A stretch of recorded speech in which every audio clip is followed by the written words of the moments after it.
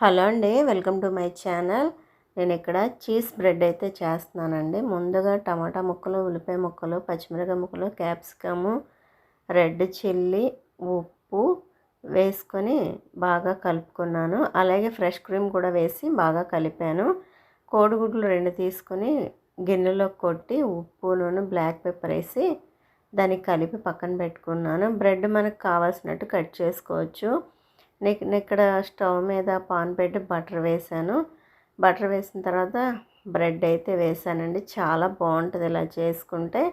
Bread వేయించిన తర్వాత ఆ బ్రెడ్ పైన ఏదైతే మనం కోడిగుడ్డు కొట్టామో ఆ కోడిగుడ్డు మిశ్రమాన్ని దానిపైన వేసుకోవాలి. వేసుకున్నాక అది కొంచెం కాలిన తర్వాత బ్రెడ్ అనేది ప్లెయిన్ వైపు అది తిప్పుకోవాలి. తిప్పుకున్నాక ఈ పైన మనకి పిజ్జా సాస్ ఉంటుంది కదా, అది వేసుకొని ఒకసారి ఆ బ్రెడ్ అంతా అలా స్ప్రెడ్ చేసుకున్నాక ఏదైతే నేను మిశ్రమం ఉల్లిపాయ ముక్కలు అవి ఇచ్చి కలిపానో అదంతా కూడా దాని మీద అలా చుట్టూ దాన్ని సరి చేసుకొని దాని మీద చీజ్ పెట్టుకోవడమే. చాలా చాలా బాగుంటుందండి. చీజ్ పెట్టుకున్నాక రెడ్ చిల్లీ పైన వేసుకొని అసలు ఇది తింటే ఉంటుందండి. చాలా చాలా బాగుంటుంది అనమాట.